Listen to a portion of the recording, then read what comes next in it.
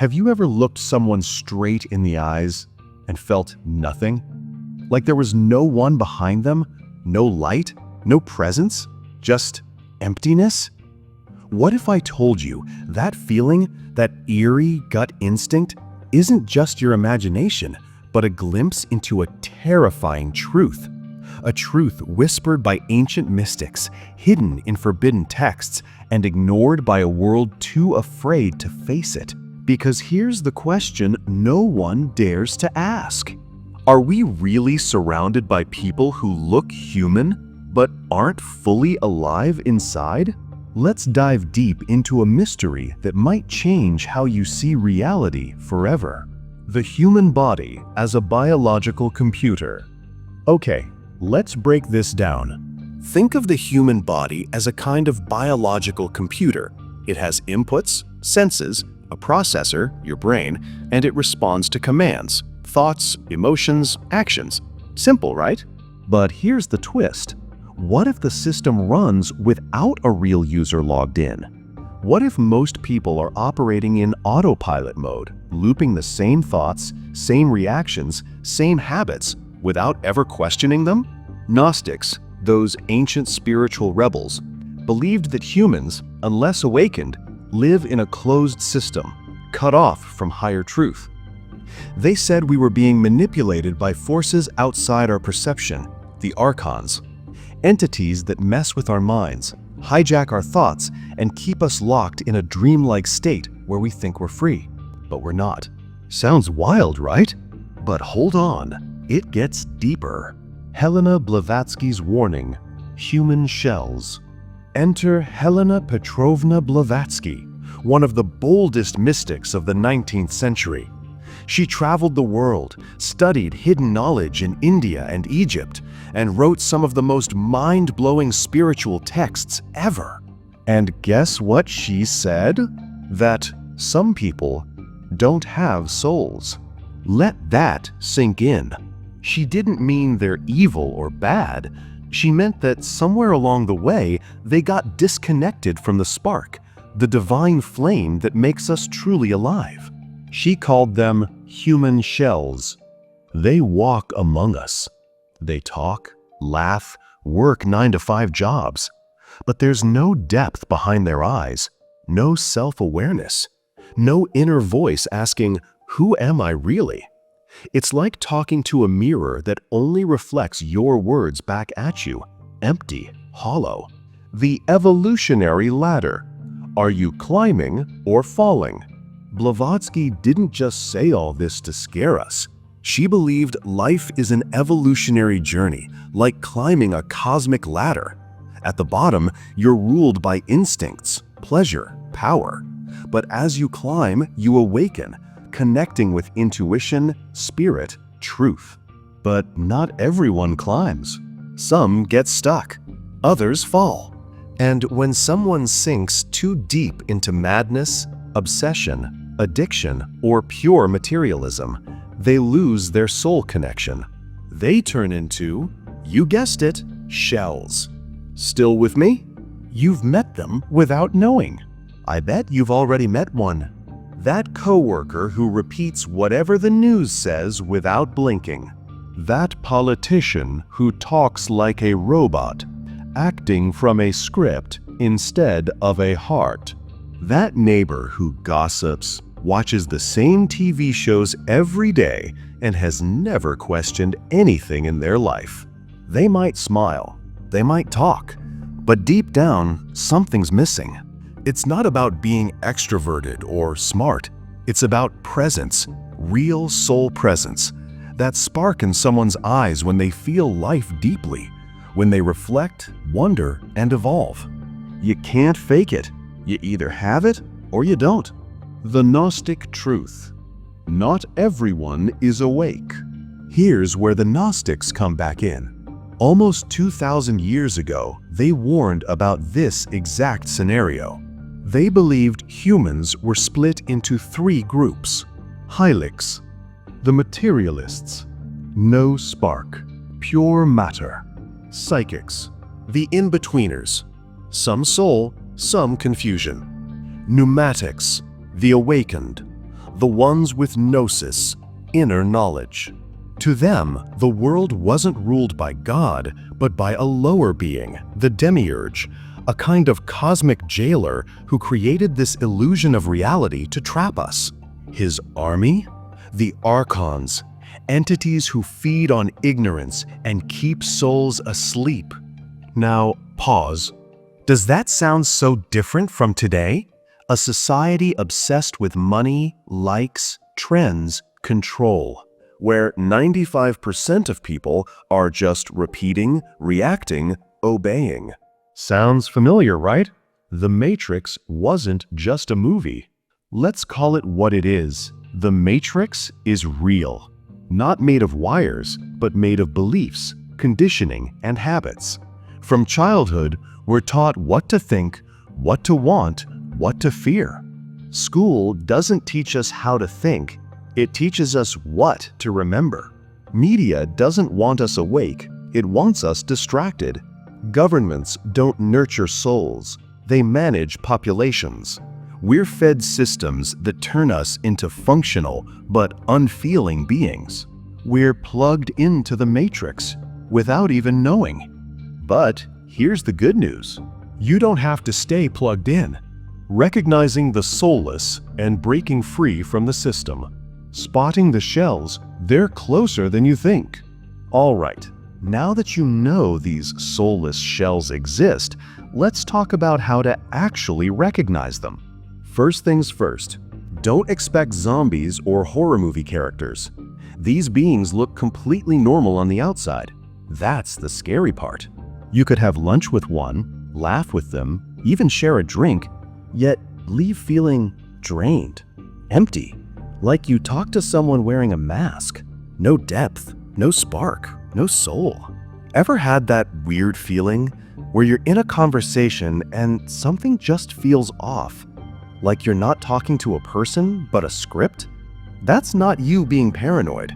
That's your intuition trying to warn you. And here's what to look for. Mechanical behavior.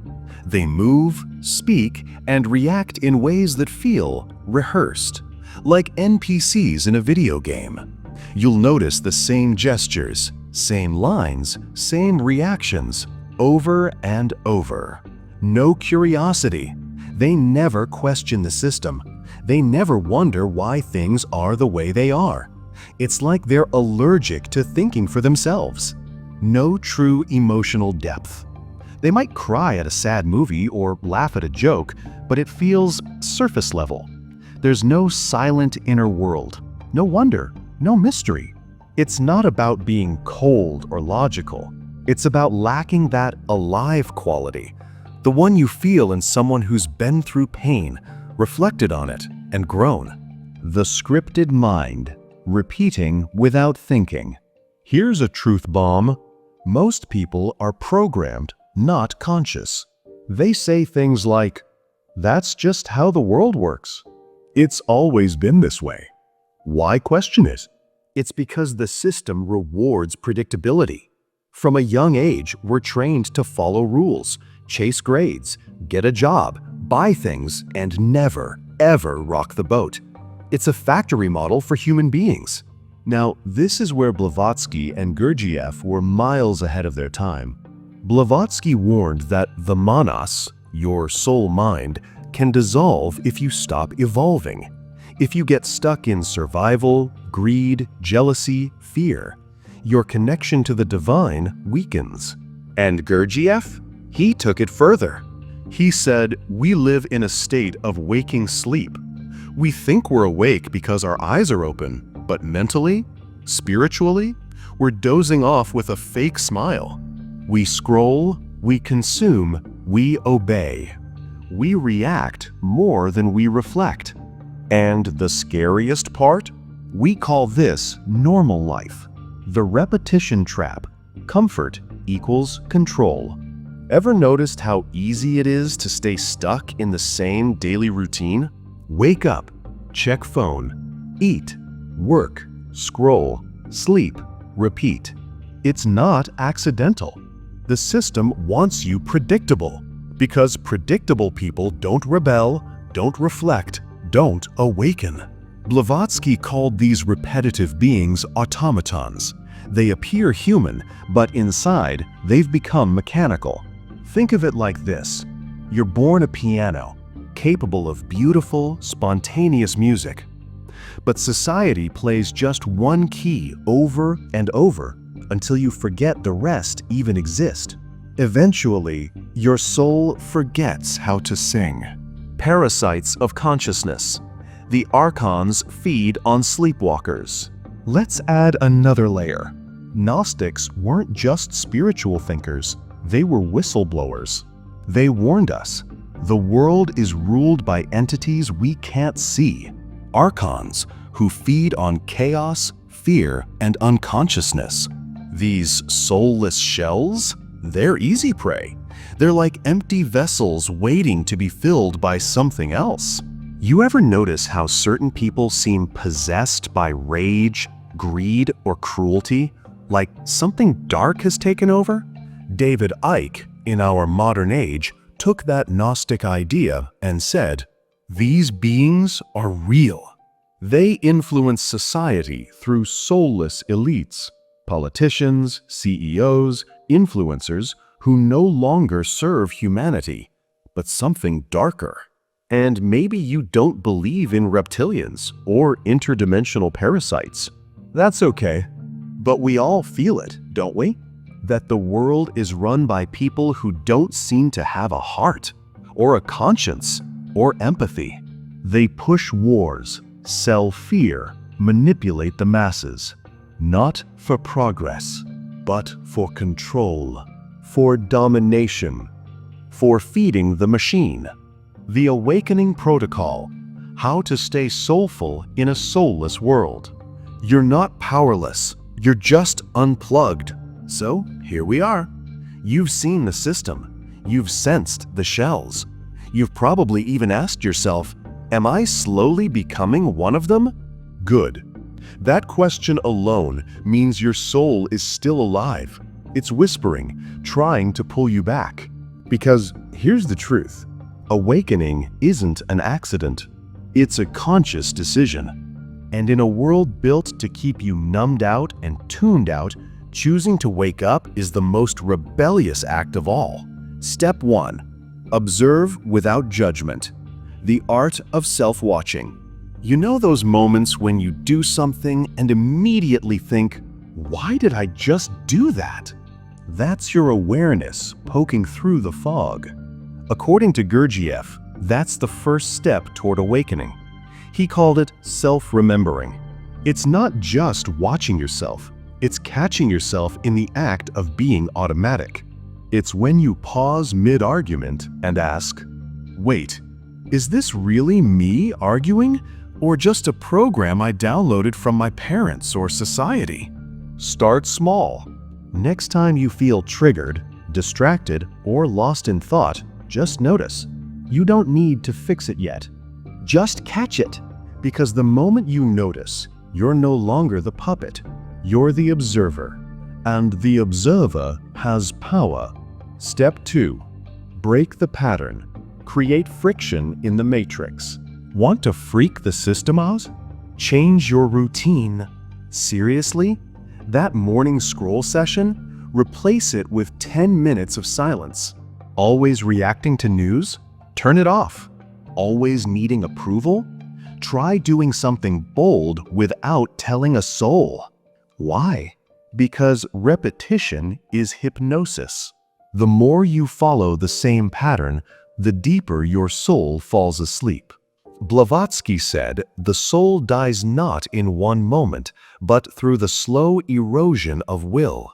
So shake things up. Take a different path to work. Eat with your non-dominant hand. Speak your mind where you used to stay quiet. The system survives on predictability. Disrupt it, and you shake your soul awake. Step 3. Silence the noise. Reclaim your energy field. Let's be honest. Most people don't even own their own thoughts anymore. Social media, ads, news, gossip. It's all noise. Loud, persistent, soul-numbing noise. And it's not harmless. Every notification, every scroll, every argument you didn't need to have leaks your energy. Like a hole in a water tank you don't see until you're running on empty. Want to reconnect with your soul? You need sacred silence. That doesn't mean meditating in the Himalayas. It can be as simple as 15 minutes of tech-free quiet. No music, no phone, just you and your awareness. At first, it'll feel uncomfortable, like withdrawal. But that's a good sign. That discomfort is your soul stretching, waking up after a long nap. Step 4. Feel more deeply. Bring back the inner dialogue. You know what separates the soulful from the soulless? The ability to feel, not just react. To sit with beauty, sadness, wonder, without rushing to distract yourself. Soulless beings don't feel deeply. They mimic emotions, but never live them. Want to avoid becoming a shell? Reignite your inner dialogue.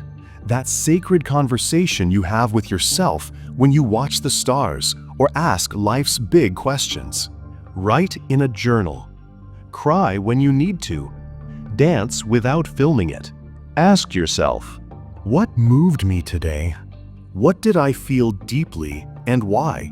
What would I do if I wasn't afraid? That's your soul speaking. And the more you listen, the louder it becomes.